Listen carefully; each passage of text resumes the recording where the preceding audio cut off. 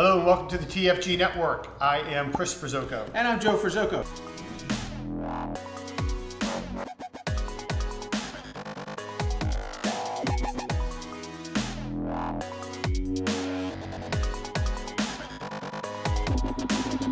If this is your first time to our channel, please subscribe below, tap that bell for instant notifications, and please hit the like button, and you'll be the first to get the most up-to-date market and happenings here at the Jersey Shore, from Brigantine all the way down to Cape May and all the barrier islands in between, of course offshore as well. You know, Chris, we are helping buyers and sellers every single day looking to fulfill their dreams here at the Jersey Shore, and whether that's next week, next month, 6 months, or even a year from now, please give us a call, shoot us a text or an email. It'll be our pleasure to help you with all of your real estate needs and transactions here at the Jersey Shore, whether you're buying or selling.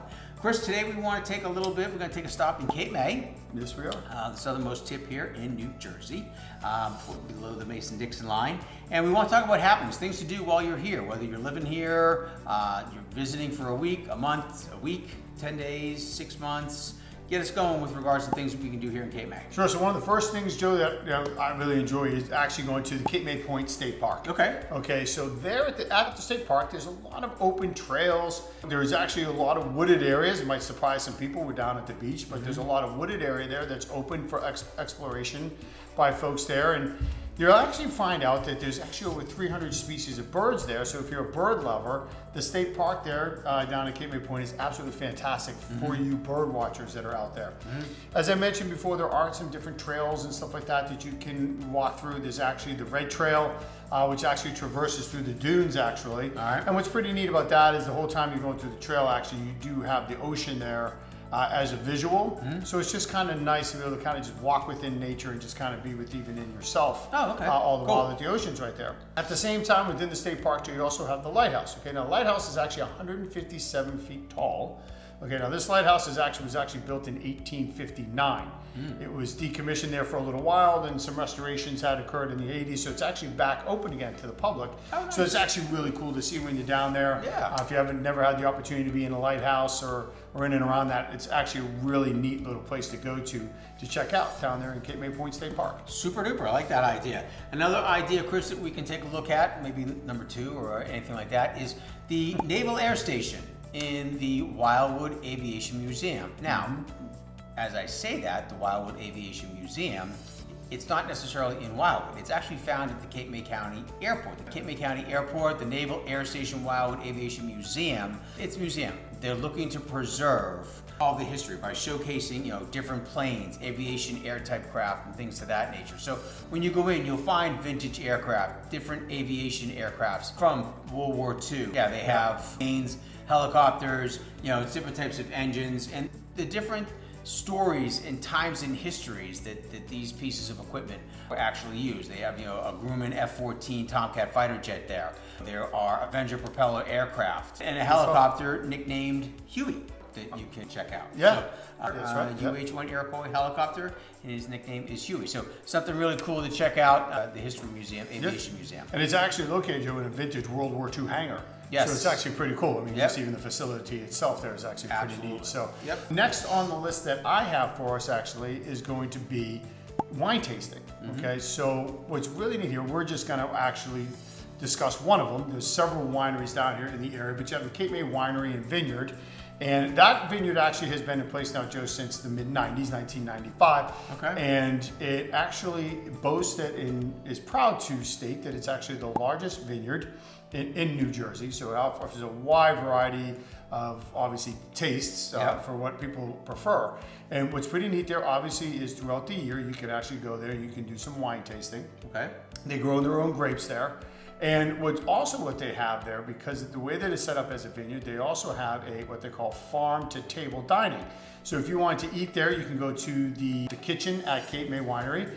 It's a place there, again, you get farm-to-table food. So it's actually a pretty neat place to go and just spend the day, spend the evening. It's real relaxing, real enjoyable there. So again, that's the Cape May Winery and Vineyard that you can enjoy yourself. And if I'm not mistaken, they allow dogs. I think Summer and Brewski were there last summer with Cola. So drop a little name there for you guys. Let's do another place here. This is the, how do we say, All right, I'm going to the tourist place here. So I'm gonna go to the Washington Street Mall. We all know the Washington Street Mall, outside market, with regards to, store to store, everything is outside, typical pedestrian walkway. You're coming through there, everyone's outside, more than 60 shops and restaurants in the Washington Street Mall, so that is fantastic. It's also known as Main Street USA, and it's really close to the historic district, in Cape May, and also the beaches. I mean, you're not that really in any point in any of these shore towns you're far from the beach, but you could walk with no issue whatsoever from the Washington Street Mall to the beach. So that's great there. Visitors, when you're coming in, it's a real vibrant shopping experience. There's so many different shops, eclectic experiences for you when you're here. In Cape May, nice place to just go. You're at a mall, you're shopping, but you're not really inside. Yeah, you go into the store, but you're always outside. So it's not like you're like, man, I'm killing a good day here going to the mall. You're not really have that experience. You are outside there. So just another place to go, and of course, excellent dining spots as well. Oh yeah, and it's actually absolutely one of the most gorgeous places that we're actually going to be highlighting for during the holiday season. Actually, yes, absolutely. They have the horse-drawn carriages and stuff. They're just absolutely gorgeous, knocked out. They do a great job there. So one of the most enjoyable places down in Cape May to visit. One of the other most enjoyable places to visit is called Sunset Beach. Okay, and you can actually enjoy some of the most incredible sunsets here. It's actually on the westernmost point of Cape May. You'll get some of the best sunsets there, thus the name, obviously. You can still, like anywhere else, you can go fishing, you can do kayaking, paddleboarding, you can do all of those wonderful things as well. But ultimately there, it is all about enjoying the beautiful sunsets. You can also get the beautiful quartz pebbles as you're walking. So if you're kind of like a little collector, they're called the Cape May diamonds. You can collect those, you'll find those throughout the area down there also. But Sunset Beach is really just a gorgeous place to really, kind of as the day's winding down, maybe go down, and spend that time there and just watch another day complete itself. Isn't that fantastic? Yep. You just chill out, day ends, sun goes down. Man, tough day here. Not much to complain about. Tough day at the beach. Tough day at the beach today. So when you're there too, Chris, there's a lot of nice, eateries and mini golf facilities that kind of line the beach as well. Yes, so just a couple of places to kind of, where to eat in Cape May. Breakfast time. We'll take a look at Coffee Time, Tyme, at the beach. Bagel Time Cafe. Looking at maybe some lunch, dinner, kind of overlap between the two. Of course, you have always at the Lobster House. Mad Hatter Restaurant and Bar, obviously, fantastic for breakfast too, lunch, either one.